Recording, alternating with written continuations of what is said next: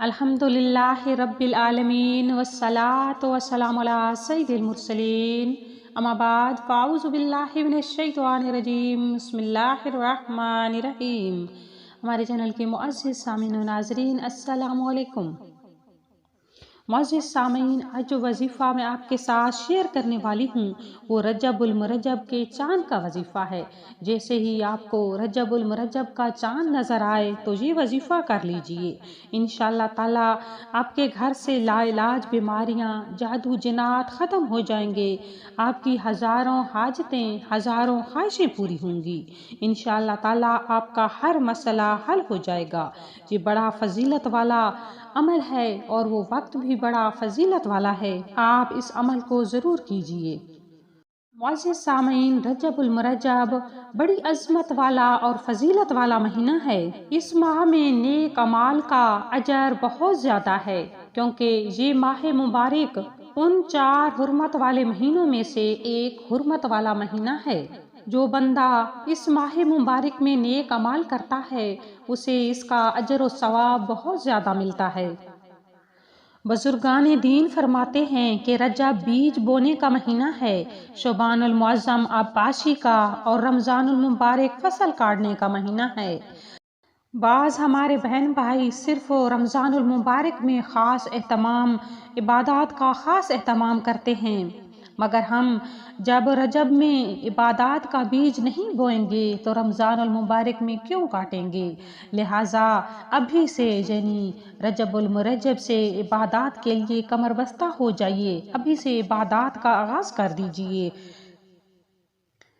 حضور اکرم صلی اللہ علیہ وآلہ وسلم کا ارشاد ہے کہ جو پہلی رجب کو روزہ رکھتا ہے اس سے جہنم کی آگ اتنی دور ہو جاتی ہے جتنا آسمان زمین سے دور ہے، اور پھر فرمایا کہ ماہ رجب حرمت والے مہینوں میں سے ایک ماہ ہے اور چھٹے آسمان پر اس ماہ کے 30 دن لکھے ہوئے ہیں، اور جو کوئی اس ماہ میں ایک روزہ رضائے الہی کے لیے اور ثواب کے لیے رکھے تو وہ روزہ اس کے قبر کے عذاب کو کم کر دیتا ہے، اور جو کوئی اس ماہ میں 14 روزے رکھے تو روزے قیامت اس کا حساب آسان ہو جائے گا، اور جو کوئی اس ماہ میں 15 روزے رکھے اس کے لیے جنت کے 8 دروازے کھول دیے جاتے ہیں اور وہ جس دروازے سے چاہے گزر جائے۔ اور جو رجب کے پورے ماہ میں روزے رکھے تو اس بندے کے لیے خدا تعالیٰ فرماتا ہے کہ میں اپنے اس بندے سے اس قدر خوش ہوں کہ اس کو عذاب قبر نہیں دوں گا۔ حضرت علی کرم اللہ وجہہ سے روایت ہے کہ سرکار مدینہ صلی اللہ علیہ وآلہ وسلم کا فرمان ہے کہ جس نے 27ویں رجب کو روزہ رکھا اللہ تعالیٰ اس کو 1000 سال کے روزوں کا ثواب عطا فرمائے گا۔ یہی وہ مقدس یوم ہے جب پہلی بار آقا علیہ السلام پر وحی نازل ہوئی، اور اسی سال اسی رات نبی کریم صلی اللہ علیہ وآلہ وسلم کو اللہ نے معراج کرائی، اور اسی رات نماز کا تحفہ امت رسول صلی اللہ علیہ وآلہ وسلم کو دیا گیا۔ حضرت عبداللہ بن عباس رضی اللہ تعالیٰ عنہ سے روایت ہے کہ جس نے 27ویں رجب کا روزہ رکھا اس کے لیے یہ روزہ تمام عمر بھر کے گناہوں کا کفارہ ہو جائے گا، اور اگر وہ اسی سال مر گیا تو درجہ شہادت ملے گا۔ سبحان اللہ کہ ماہ رجب کو خدا تعالیٰ نے کتنے اعزازات سے نوازا ہے، تو لہٰذا ابھی سے اس ماہ مبارک میں نیک اعمال کرنے کی، روزہ رکھنے کی نیت کر لیجئے۔ وقت کی نزاکت کو سمجھتے ہوئے اب چلتے ہیں وظیفہ کی طرف۔ تو وظیفہ کے لیے آپ نے کرنا اس طرح ہے کہ جب رجب المرجب کا چاند مبارک نظر آئے تو سب سے پہلے تو یہ دعا پڑھنی ہے جو ہمارے پیارے نبی پاک صلی اللہ علیہ وآلہ وسلم چاند دیکھ کر پڑھا کرتے تھے۔ اللہم بارک لنا فی رجب و شعبان و بالغنا رمضان، جس کا مطلب ہے اے اللہ عز و جل تو ہمارے لیے رجب اور شعبان میں برکتیں عطا فرما اور ہمیں رمضان تک پہنچا۔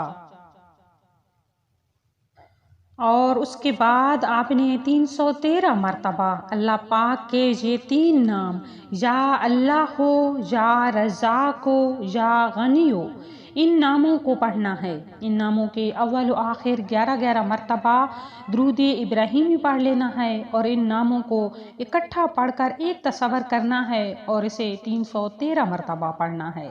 اس عمل کو اس عمل کے بہت زیادہ آپ کو فائدے حاصل ہوں گے۔ اگر آپ کے گھر میں جادو جنات کا اثر ہے تو وہ بھی ختم ہو جائے گا۔ اگر آپ کے گھر میں بیماریاں پریشانیاں ہیں تو انشاءاللہ وہ بھی ختم ہو جائیں گی۔